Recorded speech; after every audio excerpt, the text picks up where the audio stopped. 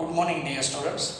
હવે ગઈકાલના છે ને આપણે એકદમ નાનકડો ક્વેશ્ચન તૈયાર કરેલો હતો. લગભગ એક જ વિદ્યુત વિભાજનની વ્યાખ્યા હતી અને એક પીગાડેલા NaClનું વિદ્યુત વિભાજન મેં તમને સમજાવેલું હતું.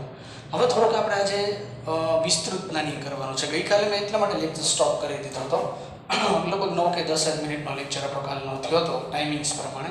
પણ આજનો ક્વેશ્ચન થોડોક લાંબો છે અને હવેના બાકીના આખા ચેપ્ટરનો આધાર એ અત્યારના આ ફેરાડેના વિદ્યુત વિભાજનના નિયમો નામના ક્વેશ્ચન ઉપર છે. એટલે તમામ સ્ટુડન્ટ્સ તમારે ખાસ એ કહેવાનું કે આ ક્વેશ્ચનને બહુ શાંતિથી અને બહુ વ્યવસ્થિત રીતે સમજે, કારણ કે આગળના આખા ચેપ્ટરનો આધાર એ આપણા આજના આ ક્વેશ્ચન ઉપર છે. એટલે બહુ સિરિયસ મોડ ઉપર આપણે ફેરાડેના વિદ્યુત વિભાજનના નિયમો સમજશું, કારણ કે દાખલા બી આના ઉપર ડિપેન્ડન્ટ છે, ઘણી બધી થિયરી બી આના ઉપર ડિપેન્ડન્ટ છે. એટલે સારામાં સારી રીતે આપણે પ્લાનિંગ કરી અને આગળ વધવાના છીએ. તો જોઈએ, આપણે સ્ટાર્ટ કરીએ ફેરાડેના વિદ્યુત વિભાજનના નિયમો. જો ઈસવીસન 1834માં માઇકલ ફેરાડે નામના વૈજ્ઞાનિકે વિદ્યુત વિભાજન પ્રક્રિયાથી પ્રાપ્ત થતી નિપજનો જથ્થો અને તે માટે વપરાતા વિદ્યુતના જથ્થા અંગેના સંબંધો પ્રસ્થાપિત કર્યા અથવા રજૂ કર્યા, જેને ફેરાડેના વિદ્યુત વિભાજનના નિયમો કહે છે. હું તમને કોન્સેપ્ટ કહું. એકચ્યુઅલી આ ક્વેશ્ચન ઇન્ટ્રોડક્શન શું છે. સપોઝ હું તમને એમ કહું કે મારી પાસે એક બીકરમાં પીગાડેલું NaCl મેં લીધું છે. હવે હું વિદ્યુત પ્રવાહ પસાર કરું છું તો મને કેટલો સોડિયમ અને કેટલો ક્લોરીન મળે. મારા એ માટે મહત્વની વસ્તુ ક્વેશ્ચન તમે સમજો કે હું પીગાડેલું NaCl સમજો કે 20 ગ્રામ લીધો મેં પીગાડેલું NaCl, સોડિયમ ક્લોરાઇડ 20 ગ્રામ ઓગાળ્યો પાણીમાં અને એમાં વિદ્યુત પ્રવાહ પસારે કરી દીધો, પણ મને કેટલું સોડિયમ અને કેટલું ક્લોરીન મળશે એ ક્વેશ્ચનનો આન્સર જોતો હોય તો સ્વાભાવિક છે કે પેલો સરળ જવાબ એ હોઈ શકે કે પ્રયોગ કરીએ તો ખબર પડે કે ભાઈ NaClનું પીગાડેલું દ્રાવણ છે, એમાં એક્સપેરિમેન્ટ કરીએ તો ખબર પડે કેટલો સોડિયમ અને કેટલો ક્લોરીન મળે. પણ ક્લાસરૂમમાં બેઠા મારે ડિસાઇડ કરી લેવું હોય કે આટલો હું NaCl લઈશ, એમાં આટલો વિદ્યુતનો જથ્થો પસાર કરીશ તો આટલું જ સોડિયમ અને ક્લોરીન મળશે, અથવા નિયર અબાઉટ મળશે, એના કરતાં થોડું ઓછું, પણ નજીક તો જઈ શકાય ને. એ સમજવું એટલે એને ક્લાસરૂમમાં એક્સપ્લેન કરતી થિયરી કહેવાય. એ રૂમમાં સ્ટડી કરવો પડે. એ સ્ટડી કરવાની સ્ટ્રેટેજી એ માઇકલ ફેરાડે નામના વૈજ્ઞાનિકે પોતાના નિયમો દ્વારા સમજાવી. એટલે મારો ક્વેશ્ચન સમજવાનો હેતુ તમે સમજી ગયા કે NaClમાં 20 ગ્રામ NaClમાં વિદ્યુતનો જથ્થો પસાર કર્યો અમુક ચોક્કસ હદમાં તો કેટલો સોડિયમ અને કેટલો ક્લોરીન મળે એ એમ મારે આમાં ક્લિયર કરવો છે. એના માટે હું તમને મેટર સમજાવી રહ્યો છું. તો 1834માં ફેરાડેના નામના વૈજ્ઞાનિકે વિદ્યુત વિભાજન પ્રક્રિયાથી પ્રાપ્ત થતી નિપજ અને તે માટે વપરાતા વિદ્યુતના જથ્થા અંગેના સંબંધો રજૂ કર્યા, જેને ફેરાડેના વિદ્યુત વિભાજનના નિયમો કહેવામાં આવે છે.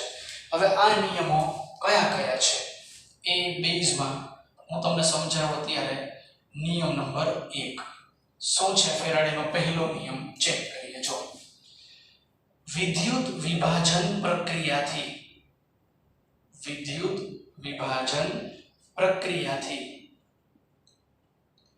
પ્રાપ્ત થતી નિપજનો જથ્થો એ કોષમાંથી પસાર થતા વિદ્યુતના જથ્થાના સમપ્રમાણમાં હોય છે. વિદ્યુત વિભાજન પ્રક્રિયાથી પ્રાપ્ત થતી નિપજનો જથ્થો સ્વાભાવિક છે. ફેરાડે પોતાના પહેલા નિયમમાં એવું સમજાવે છે કે મને નિપજ કેટલી મળે, તો મારો કહેવાનો બેઝ એ થાય, ફેરાડેનું કહેવાનું એમ છે કે નિપજ કેટલી મળે એનો આધાર તમે કેટલો જથ્થો પસાર કરો છો એના ઉપર છે. જો વિદ્યુત પ્રવાહ પસાર કરવાનું ચાલુ રાખો તો નિપજ મળવાની ચાલુ રહે છે. વિદ્યુત પ્રવાહ પસાર કરવાનો બંધ થાય છે તો કોષ કામ કરતો પણ બંધ થાય છે. તો આનો મિનિંગ એ થયો કે નિપજનો જથ્થો એ પસાર થતા વિદ્યુતના જથ્થાના સમપ્રમાણનો હોય. મિત્રો જ્યારે પસાર કરવાનો હોય ને ત્યારે વિદ્યુત પ્રવાહ શબ્દ નથી વપરાતો. એકચ્યુઅલી વિદ્યુતનો જથ્થો હવે શબ્દ વાપરવો જરૂરી બને છે, કારણ કે વિદ્યુતનો જથ્થો કુલંબ એકમમાં હોય છે. એ કુલંબ એકમનો કોન્સેપ્ટ શું છે હું તમને કહી દઉં. વિદ્યુતના જથ્થાને ક્યુ વડે બતાવવામાં આવે છે. ફિઝિક્સ જાણનાર વિદ્યાર્થીઓ સમજી શકશે કે જો I એમ્પિયર વિદ્યુત પ્રવાહ t સેકન્ડ માટે પસાર કરવામાં આવે, એમ્પિયર વિદ્યુત પ્રવાહ એમ્પિયરમાં આવશે, એમ્પિયર અને સમય છે એ સેકન્ડમાં આવશે, તો આ I મીન્સ પ્રવાહ વિદ્યુત પ્રવાહ એમ્પિયરમાં અને સેકન્ડમાં જેટલા એમ્પિયરનો વિદ્યુત પ્રવાહ જેટલા સેકન્ડ માટે પસાર થાય બેનો ગુણાકાર કરો ને એટલે તમારે q આવે, કારણ કે એમાં સમયનું ઇમ્પોર્ટન્સ છે. હું ખાલી વિદ્યુત પ્રવાહ શબ્દ વાપરું તો એમાં સમય ના આવે. સમયને પણ મારે ટાર્ગેટમાં લેવો હોય તો પ્રવાહ પણ જોવો પડે, સમય પણ જોવો પડે, પણ પ્રવાહ અને સમયનો ગુણાકાર કરીએ એટલે એ વિદ્યુતનો જથ્થો થઈ જાય. એટલે q is equal to it, એટલે કે I એમ્પિયર વિદ્યુત પ્રવાહ t સેકન્ડ માટે પસાર કરવામાં આવે છે તો પ્રાપ્ત થતો જથ્થો એ કુલંબ એકમની અંદર આપણને મળશે. ક્લિયર? એ કુલંબ એકમનો આપણો આ જથ્થો છે. તો પહેલો નિયમ એવો કહે છે કે વિદ્યુત વિભાજન પ્રક્રિયાથી પ્રાપ્ત થતી નિપજનો જથ્થો એ કોષમાંથી પસાર થતા વિદ્યુતના જથ્થાના સમપ્રમાણમાં હોય છે. તો હવે નિપજનો જથ્થો સૂત્ર હું દર્શાવું. W ચલે છે, કોષમાંથી પસાર થતો વિદ્યુતનો જથ્થો એટલે q, તો W ચલે છે q થઈ ગયું. હવે q it છે તો W ચલે છે it થઈ ગયું. ચલે છે નિશાની દૂર કરું, અચળાંક મૂકું z. આ જ્યાં z બરાબર યાદ રાખજો શું છે? વીજ રાસાયણિક તુલ્યાંક. વીજ રાસાયણિક તુલ્યાંક એ z છે, એટલે બધાએ ખાસ યાદ રાખવાનું કે આ z શું છે? અચળાંક છે, પણ આ વીજ રાસાયણિક અચળાંક આપણે બતાવી દઈએ છે. W ZIT. મિત્રો ટેક્સ્ટ બુકમાં આપણને આપેલું નથી. આ નીટ કોન્સેપ્ટ માટે દાખલા ગણવા માટે બહુ કામની મેટર છે, એટલે તમામ વિદ્યાર્થી ધ્યાનમાં રાખે. W ZIT એ કોન્સેપ્ટ આપણે આની અંદર જોવાનો થાય છે. તો આ આપણા માટે સંદર્ભ થઈ ગયો. W ZIT નો જે સૂત્ર દ્વારા આપણે દર્શાવી દીધું. તો W ચલે છે IT, W ZIT. Any problem છે ગણેશભાઈ? તો અહીંયા ફેરાડેનો વિદ્યુત વિભાજનનો પહેલો નિયમ આ જગ્યાએ આપણે જોઈ રહ્યા છીએ. હવે આગળ વધીએ. ફેરાડેના વિદ્યુત વિભાજનના નિયમ નંબર 2 માં હવે ક્વેશ્ચન એવો ઊભો થાય. જો માની લો કે આનો બેઝ મારે તમને ટેકનિકલી સમજાવવો હોય તો ક્વેશ્ચન પૂછો. ફેરાડે પ્રથમ નિયમમાં એવું કીધું કે પ્રાપ્ત થતી નિપજનો જથ્થો એ વિદ્યુતના જથ્થાના સમપ્રમાણમાં છે. તો મને વિચાર આવ્યો એમાંથી. માની લો કે એક પાત્રમાં હું NaCl લઉં, બીજા પાત્રમાં હું CuSO4 લઉં અને ત્રીજા પાત્રમાં હું ZnSO4 લઉં. સમજો, એક પાત્રમાં મેં લીધું NaCl, બીજા પાત્રમાં મેં લીધું CuSO4, ત્રીજા પાત્રમાં મેં લીધું ZnSO4. હવે હું એક કામ કરું છું, બધાયમાંથી એક જ સરખો વિદ્યુતનો જથ્થો હું પાસ કરું એમ વિચારી 5 એમ્પિયર 1 કલાક NaCl વાળા પાત્રમાંથી, બીજામાંથી એક CuSO4 માંથી 5 એમ્પિયર ને 1 કલાક, અને ત્રીજું પાત્ર ZnSO4 એમાંય 5 એમ્પિયર ને 1 કલાક. ત્રણેય પાત્રમાંથી હું એક જ સરખો જથ્થો પસાર કરું વિદ્યુતનો, તો તમને શું લાગે છે કે બધાયમાંથી મને એક સરખી નિપજ જ મળશે? આમાંથી માની લો 5 ગ્રામ સોડિયમ મળ્યું, આમાંથી 5 ગ્રામ કોપર મળશે, આમાંથી 5 ગ્રામ ઝિંક મળશે. Is it possible? તમને એવું લાગે છે? તમે જોજો મારો કહેવાનો હેતુ શું છે. નિયમ નંબર 2 નો બેઝ એ છે, એક પાત્રમાં મેં NaCl લીધું, બીજા પાત્રમાં હું CuSO4 લઉં છું અને ત્રીજા પાત્રમાં હું ZnSO4 લઉં છું. ત્રણેયમાંથી હું એક જ સરખો જથ્થો પસાર કરું, Q IT, તો 5 એમ્પિયર અને 1 કલાક એટલે 3600 second. 5 ampere 3600 second, 5 ampere 3600 second. તો તમને શું લાગે છે કે આમાંથી જેટલો સોડિયમ મળે એટલો જ આમાંથી કોપર મળશે, એટલો જ આમાંથી ઝિંક મળશે? જે વિદ્યાર્થીનો જવાબ આપી શકતા હોય હા કે ના, એ વિદ્યાર્થીઓ વિડિયો પોઝ કરી અત્યારે જ કોમેન્ટ બોક્સમાં આન્સર લખે ત્યારે તમે જ્યારે વિડીયો જોતા હોય ત્યારે હકીકતમાં એટલો જ સોડિયમ કે એટલો ઝિંક કે એટલો કોપર મળે કે નહીં, હા કે એનામાં તમે જવાબ આપી શકશો. યસ ઓર નો તમારું શું થિંકિંગ છે. પર્સનલી હું તમારો આન્સરને રિપ્લાય પણ આપીશ જો મને સાચું લાગશે તો. અત્યારે તો હું સાચું સમજાવું છું કારણ કે વિધિન નેક્સ્ટ સેકન્ડમાં તમને આન્સર મળી જશે, પણ મારે તમારી આઈડિયોલોજી ચેક કરવાની છે. તો એક સરખો વિદ્યુતનો જથ્થો પસાર કરીએ તો સરખી નીપજ મળે કે નહીં? મારો આન્સર છે ન મળે. કેમ ન મળે? કારણ કે જે નિપજનો જથ્થો છે ખાલી વિદ્યુતના જથ્થા ઉપર આધાર નથી રાખતો. પહેલા નિયમની અંદર થોડીક વાત અધૂરી છે. મળતો જથ્થો છે એ વિદ્યુતના જથ્થા સિવાય તમારો પદાર્થનો તુલ્ય ભાર કેટલો છે પરમાણુનો એના ઉપર આધાર રાખે. કારણ કે આમાં સોડિયમ છે, આમાં કોપર છે, આમાં ઝિંક છે, પદાર્થ જ ફરી જાય છે તો એનું દળ પણ ફરી જાય ને. અણુભાર તો બધાના અલગ અલગ હશે, તુલ્ય ભાર તો બધાના અલગ અલગ હશે ને, તો કોઈ દિવસ એ જથ્થો સમાન હોઈ શકે નહીં. ક્લિયર? તો આના ઉપરથી ફેરાડેનો બીજો નિયમ તમે જોજો. જુદા જુદા વિદ્યુત વિભાજ્ય ધરાવતા કોષો શ્રેણીબદ્ધ કરીને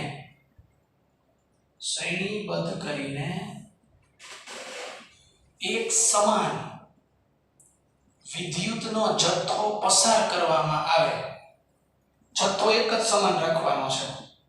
પસાર કરવામાં આવે તો પ્રાપ્ત થતી નિપજનો જથ્થો એ તેના પદાર્થના તુલ્ય ભારના સમપ્રમાણમાં હોય. હવે જો પ્રાપ્ત થતી નિપજનો જથ્થો શેના સમપ્રમાણમાં છે? તો કે તુલ્ય ભારના સમપ્રમાણમાં છે. ભાઈ આ મેટર બહુ ધ્યાનમાં રાખવાની એવી કે NaCl નો પરમાણુ ભાર 23 છે, કોપરનો પરમાણુ ભાર 63.5 છે, ઝિંકનો 56 ની આસપાસ છે. પણ તુલ્ય ભાર એટલે તમે બધા જાણો છો અણુ ભારના છેદમાં સંયોજકતા. એટલે આ નિયમમાં એવું કીધું કે ભાઈ આ જથ્થાનો આધાર ખાલી નિપજનો આધાર ખાલી વિદ્યુતના જથ્થા ઉપર નથી, પણ એનો આધાર એ તુલ્ય ભાર ઉપર પણ છે. કારણ કે એક સમાન વિદ્યુતનો જથ્થો પસાર કરતા પણ એક સરખી નિપજ મળતી નથી. એ નિયમ નંબર 2 માં આપણે ધ્યાનમાં રાખવાનું છે. Is it clear to all? તો તુલ્ય ભારની વાત આ જગ્યાએ આવે છે. જેનું સૂત્ર મૂકી દો, નિપજનો જથ્થો W, તુલ્ય ભારનો સંજ્ઞા આવશે EQ ઇક્વિલિબ્રિયમ કોન્સ્ટન્ટ, અને W ને ચલે છે નિશાની છોડવામાં આવે Fe, જ્યાં F બરાબર ફેરાડે અચળાંક.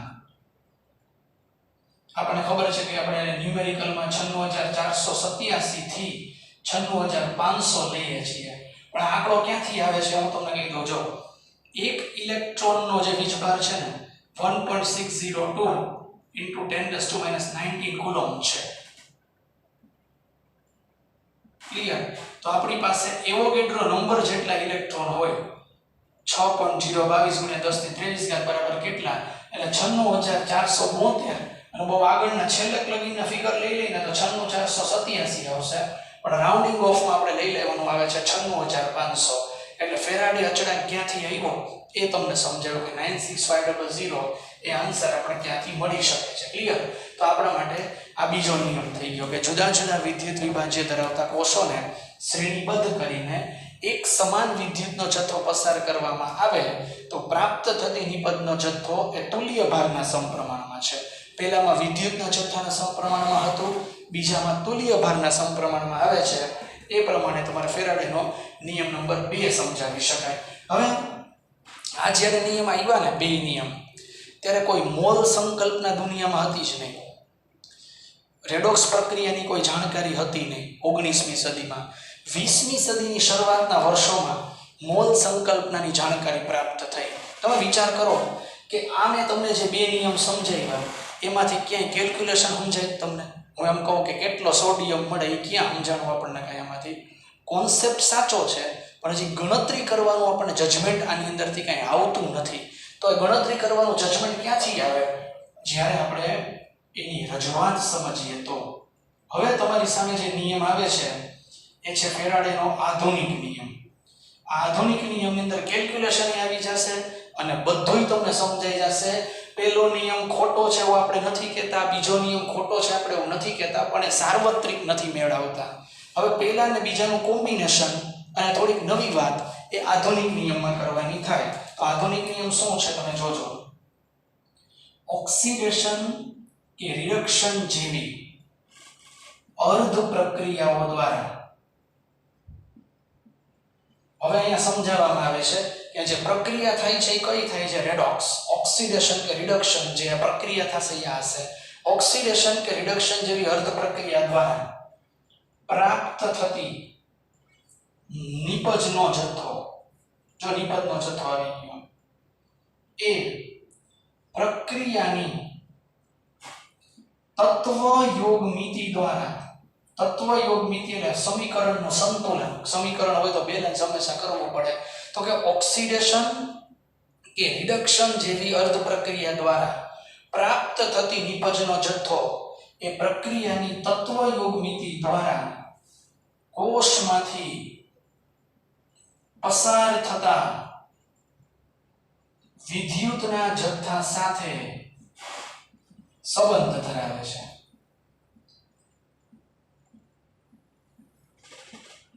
જો નિયમ શું કે છે?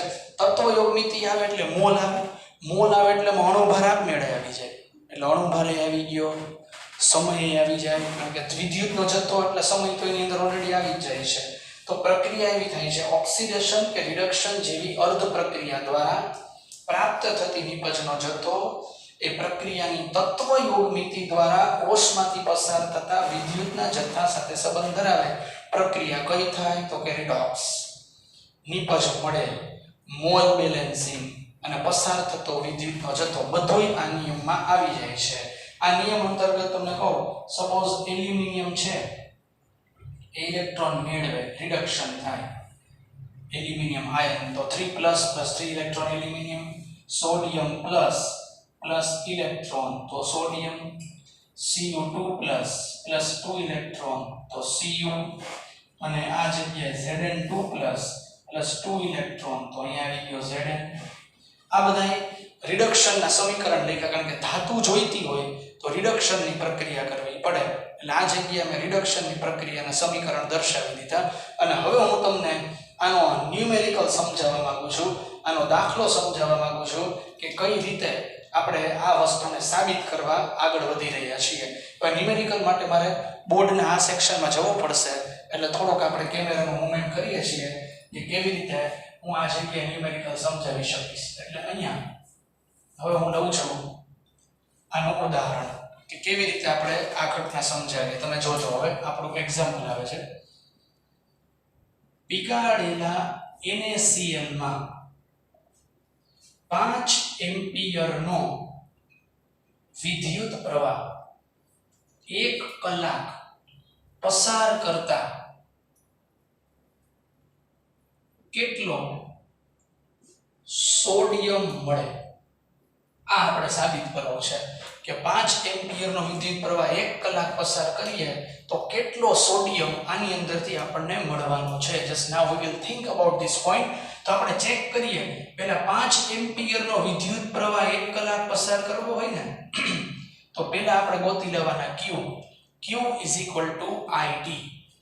I એટલે 5 એમ્પિયર, T એટલે 1 કલાક, 1 કલાક એટલે 3600 સેકન્ડ થાય. સેકન્ડમાં ફરજિયાત ફેરવવું પડશે. 36 5 180, પાછળ 2 0 લગાડી દઈએ, કુલમ. આપણને વિદ્યુતનો જથ્થો મળી ગયો. મિત્રો, અત્યારે હું તમને સીધી એક ટેકનિક દ્વારા ન્યુમેરિકલ ગણાવું છું, પણ પછી હું તમને આ ન્યુમેરિકલની એવડી શોર્ટકટ ટેકનિક આપીશ ને કે ખાલી 2 સેકન્ડમાં તમારાથી આ ન્યુમેરિકલ થઈ જશે. આ સ્ટેપ મૂક્યું, ખાલી કેલ્ક્યુલેટરના બટન દબાવ્યા અને કાંઈ એમને ગણતરી કરી આન્સર આવડી જશે. પણ હું તમને કહી દઉં કે એ ટેકનિક હું તમને પર્સનલ આપણા ગ્રુપમાં મૂકીશ ઓડિયો સાથે.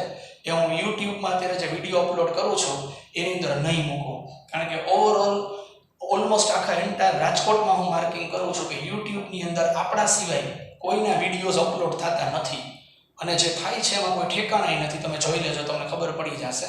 આપણે જે બેસ્ટ પ્લાનિંગ સાથે આગળ વધી રહ્યા છીએ એવું પ્લાનિંગ કોઈનું નથી. અને મને એવી ઘણી બધી ટ્રિક્સ છે આ ચેપ્ટરની પણ કે જે હું અત્યારે પબ્લિકમાં શેર નથી કરતો, તમને હું પર્સનલી શેર કરીશ, જેથી આપણા સ્ટુડન્ટને જે ખબર પડે. કારણ કે એના માટે આપણી પાસે ભણવું પડે, ખાલી યુટ્યુબથી બધી વસ્તુ આપી શકાતી નથી. એટલે અમુક જે મારી પ્રાઇવેટ ટેકનિક છે એ હું સીધી ઓપનલી લોન્ચ નથી કરતો, કેટલાક પેરામીટર્સને ધ્યાનમાં રાખું છું, કારણ કે એ આપણી સ્કૂલના અને આપણા વિદ્યાર્થીઓ માટે નીડ સ્પેશિયલ બનાવેલી ટ્રિક્સ છે જે તમને બહુ કામમાં લાગશે.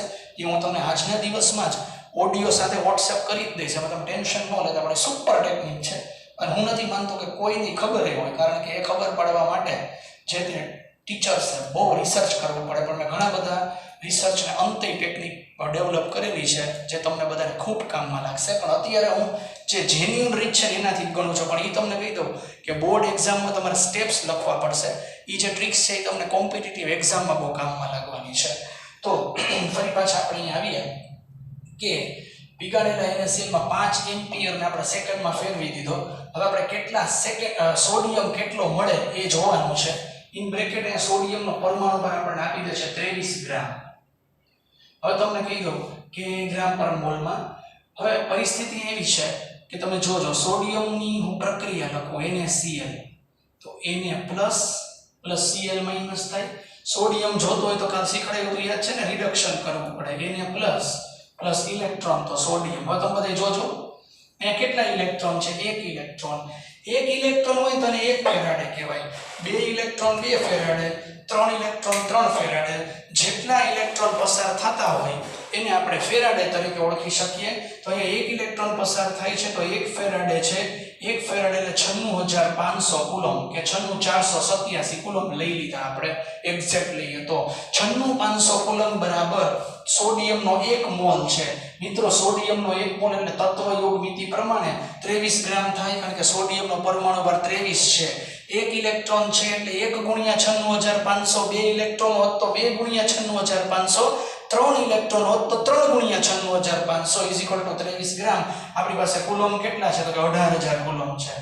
18000 કુલમ બરાબર કેટલા? તો 18000 ગુણ્યા 23 ત્રિરાશી મૂકી દો છેદમાં 96500. આનું તમે સાદું રૂપ આપો, તમારે જોવાનું. અત્યારે મેં કેલ્ક્યુલેશન કરતો નથી. આટલો ગ્રામ સોડિયમ મળે. ક્લાસરૂમમાં બેઠા બેઠા તમે કહી દીધું કે પીગાડેલા NaClમાં 5 એમ્પિયરનો વિદ્યુત પ્રવાહ 1 કલાક માટે પસાર કરવામાં આવે તો પછી આટલા ગ્રામ સોડિયમ મળશે. આ તમારું સૈદ્ધાંતિક મૂલ્ય થઈ ગયું. પ્રાયોગિક મૂલ્ય એ બી જુદું પણ હોઈ શકે, કારણ કે જો આપણે એવું લખીએ કે સૈદ્ધાંતિક મૂલ્ય 100% તો પ્રાયોગિક કેટલા? થિયરી ફરી પણ શકે, વેરિએશન આવી પણ શકે, પણ એ મૂલ્યને આપણે પ્રયોગ કરીએ પછી ખબર પડે. પણ નિયર અબાઉટનું મૂલ્ય આપણે ખબર પડી ગયું. આના કરતાં વધારે જવાબ તો ન જ આવે, કન્ફર્મ વાત છે. પ્રેક્ટિકલ કરો તોય ઓછો આવી શકે. તો અહીંયા આપણે ફેરાડેના આધુનિક નિયમ દ્વારા આ મેટરને પણ બહુ મસ્ત રીતે ક્લિયર કરી નાખી કે NaClમાં 5 એમ્પિયરનો વિદ્યુત પ્રવાહ 1 કલાક પસાર કરતા કેટલો સોડિયમ મળે. અને તમને ખાલી આધુનિક ઉદાહરણ આપ્યું છે. અત્યારે આના ઘણા બધા ન્યુમેરિકલ્સ પણ આપણે ગણવાના થશે, જેના ઉપરથી તમારા ન્યુમેરિકલ હું બહુ સ્ટ્રોંગ બનાવી નાખીશ. અને ગેરંટી સાથે વિદ્યુત વિભાજનના કોઈ પણ ન્યુમેરિકલમાં આપણો સ્ટુડન્ટ્સ એક પણ એ જગ્યાએ પાછો પડવાનો નથી, એ વાત નક્કી છે. ધેટ મીન્સ યાદ રાખવાનું છે બહુ સારી રીતે. ક્લિયર? તો ફેરાડેના 3 નિયમો અને એનો ન્યુમેરિકલ બહુ ઘણો બધો સમય મારે આની અંદર દેવો જરૂરી હતો, પણ મારા ટેકનિકલી બેઝ તમારો સહન કરવા આટલી વસ્તુ લેવાની હતી. પહેલા નિયમમાં એવું કીધું કે નિપજનો જથ્થો એ વિદ્યુતના જથ્થાના સમપ્રમાણમાં છે. બીજા નિયમમાં એવું કીધું કે તુલ્ય ભારના સમપ્રમાણમાં છે. અને ત્રીજામાં તુલ્ય ભાર પણ આવી ગયું, નિપજનો જથ્થો પણ આવી ગયો, વિદ્યુતનો જથ્થો પણ આવી ગયો, વધુમાં પ્રક્રિયાનો ઉમેરો થઈ ગયો. ઓક્સિડેશન અને રિડક્શન, જે એટલે કે રેડોક્સ પ્રક્રિયાનો ઉમેરો એની અંદરથી થઈ ગયો. Is it clear? સારી રીતે બોર્ડ ઉપર જે મેટર કરેલી છે એને તમારે લખવી પડશે. ઘણું બધું તમને આમાંથી NCERT ટેક્સ્ટબુકમાં મળવાનું નથી, ઘણું બધું મળી જશે. તો એ બધી ઇમેજ હું તમને સેન્ડ કરી દઈશ, એટલે તમારે એ પ્રકારે તૈયારી કરવી પડશે. તો આજે આપણે ફેરાડેના વિદ્યુત વિભાજનના નિયમો કમ્પ્લીટ કરેલા છે. Thank you.